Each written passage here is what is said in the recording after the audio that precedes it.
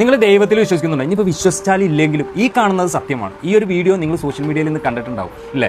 എന്താണെങ്കിലും സംഭവം എന്താണെന്ന് അറിയാൻ പാടില്ലാത്തവർക്ക് വേണ്ടി, അതായത് നിങ്ങളുടെ ഉദ്ദേശശുദ്ധിയോട് കൂടിയാണ് നിങ്ങൾ പ്രാർത്ഥിക്കുന്ന ഏത് ദൈവമായിക്കോട്ടെ നിങ്ങൾ പ്രാർത്ഥിക്കുന്നുണ്ടെങ്കിൽ അത് സത്യമാണെങ്കിൽ അത് നിങ്ങൾക്ക് നടന്നിരിക്കും എന്നുള്ളതിന് ഏറ്റവും വലിയ തെളിവാണ് ഈ അമർ എന്ന് പറയുന്ന വ്യക്തി.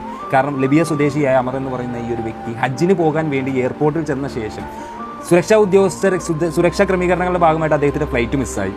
അതിനുശേഷം അദ്ദേഹം അവിടെ നിന്ന് ഇറങ്ങുമ്പോൾ അവിടുത്തെ ഉദ്യോഗസ്ഥരും അതുപോലെ തന്നെ അവിടെ ഉള്ളവരും അദ്ദേഹത്തിനെ ആശ്വസിപ്പിക്കുകയും അദ്ദേഹത്തിനോട് പറഞ്ഞത് ഈ കൊല്ലം നിങ്ങൾക്ക് ഹജ്ജ് വിധിച്ചിട്ടില്ല എന്ന് പറഞ്ഞപ്പോൾ അമർ ഒരേ ഒരു കാര്യം പറഞ്ഞോളൂ, എൻ്റെ ഉദ്ദേശം നല്ലതാണെങ്കിൽ ദൈവം അത് ഉദ്ദേശിച്ചിട്ടുണ്ടെങ്കിൽ അത് നടന്നിരിക്കുമെന്ന് പറഞ്ഞ് അദ്ദേഹം എയർപോർട്ടിൽ വെയിറ്റ് ചെയ്യും.